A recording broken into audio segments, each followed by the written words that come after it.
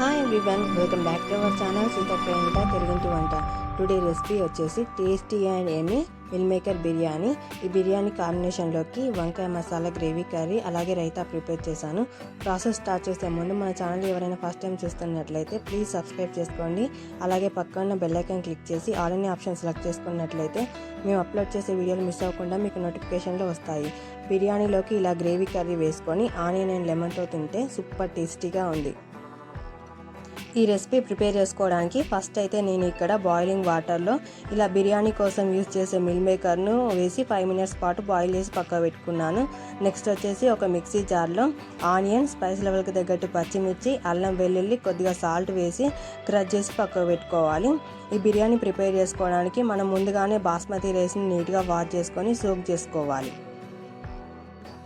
Next వచ్చేసి rice boil చేసుకోవడానికి ఇలా వేడి నీళ్ళల్లో ఇంగ్రీడియంట్స్ అన్నీ యాడ్ చేసుకోవాలి. నేనైతే ఇక్కడ 1/2 kg మెజర్మెంట్స్కి 5 లవంగాలు, 5 ఇలైచి, చిన్న దాల్చనీ ముక్క, 2 స్టార్ అనాస, 2 మరాఠీ మొగ్గ, స్పైస్ లెవెల్కి తగ్గట్టు పచ్చిమిర్చి, తగినంత కొత్తిమీర, పుదీనా, బిర్యానీ ఆకు, 1 టేబుల్ స్పూన్ ఆఫ్ సాజీరా, 2 స్పూన్ల సాల్ట్, అలాగే 1/2 లెమన్ ఇలా స్క్వీజ్ చేసి అందులోనే వేసేసుకోవాలి. కొద్దిగా ఆయిల్ వేసుకొని ఇలా అన్ని ఇంగ్రీడియంట్స్ మిక్స్ అయ్యేలా కలుపుకోవాలి.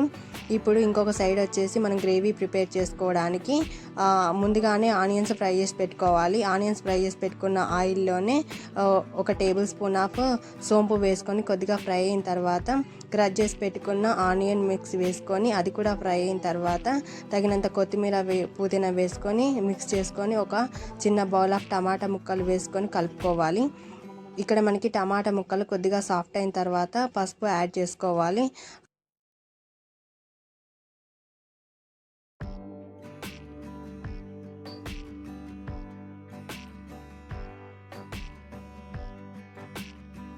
నెక్స్ట్ వచ్చేసి ఇందులోకి 1 స్పూన్ కారం, తగినంత సాల్ట్, 2 స్పూన్ల బిర్యానీ మసాలా యాడ్ చేసుకోవాలి. ఇది home made biryani masala. Further వీడియోస్లో మీకు ఎప్పుడైనా షేర్ చేస్తాను. ఇలా ఇంగ్రీడియంట్స్ అన్నీ వేసుకొని మంచిగా మిక్స్ చేసుకున్న తర్వాత తగినంత పెరుగు కూడా వేసుకొని కలుపుకోవాలి.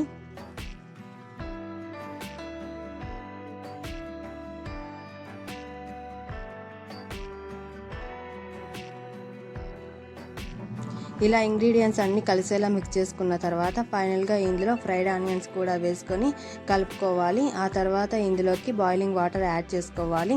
ఇక్కడ మనం గ్రేవీ కన్సిస్టెన్సీని బట్టి వాటర్ యాడ్ చేసుకోవాలి. నేనైతే ఇక్కడ ఈ టీ గ్లాస్తో 2 glasses ఆఫ్ వాటర్ యాడ్ చేసుకొని కలుపుకుంటున్నాను. నెక్స్ట్ వచ్చేసి ఈ బాయిలింగ్ వాటర్లో మనం ముందుగా సోక్ చేసి పెట్టుకున్న బాస్మతి రైస్ వేసుకొని ఒక 50% కుక్ చేసుకోవాలి.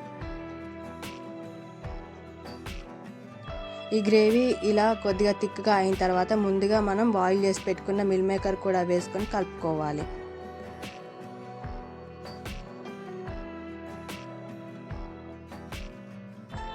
ఫైనల్గా ఇలా రెడీ అయిన గ్రేవీలోకి 1/2 లెమన్ స్క్వీజ్ చేసుకొని కలుపుకోవాలి. గ్రేవీ కన్సిస్టెన్సీ మనకి ఇలా ఉంటే సరిపోతుంది. ఇలా రెడీ అయిన తర్వాత 50% కుక్ చేసుకున్న రైస్ని మనం ఫస్ట్ లేయర్గా వేసుకోవాలి. ఇలా ఫస్ట్ లేయర్ యాడ్ చేసుకున్న తర్వాత దాని మీద ఫ్రైడ్ ఆనియన్స్, కొత్తిమీర, పుదీనా వేసుకొని రైస్ని ఇంకా 10% కుక్ చేసుకోవాలి. ఇలా 10% రైస్ కుక్ అయిన తర్వాత ఇంకో లేయర్ కూడా యాడ్ చేసుకొని దాని మీద కూడా టాపింగ్స్గా ఫ్రైడ్ ఆనియన్స్, కొత్తిమీర, పుదీనా అలాగే ఫుడ్ కలరు 2 స్పూన్స్ నెయ్యి వేసుకొని మూత పెట్టి మీడియం ఫ్లేమ్లో 5 minutes అలాగే లో ఫ్లేమ్లో 10 minutes కుక్ చేసుకున్నట్లయితే టేస్టీ అండ్ ఎమీ బిర్యానీ రెడీ అవుతుంది.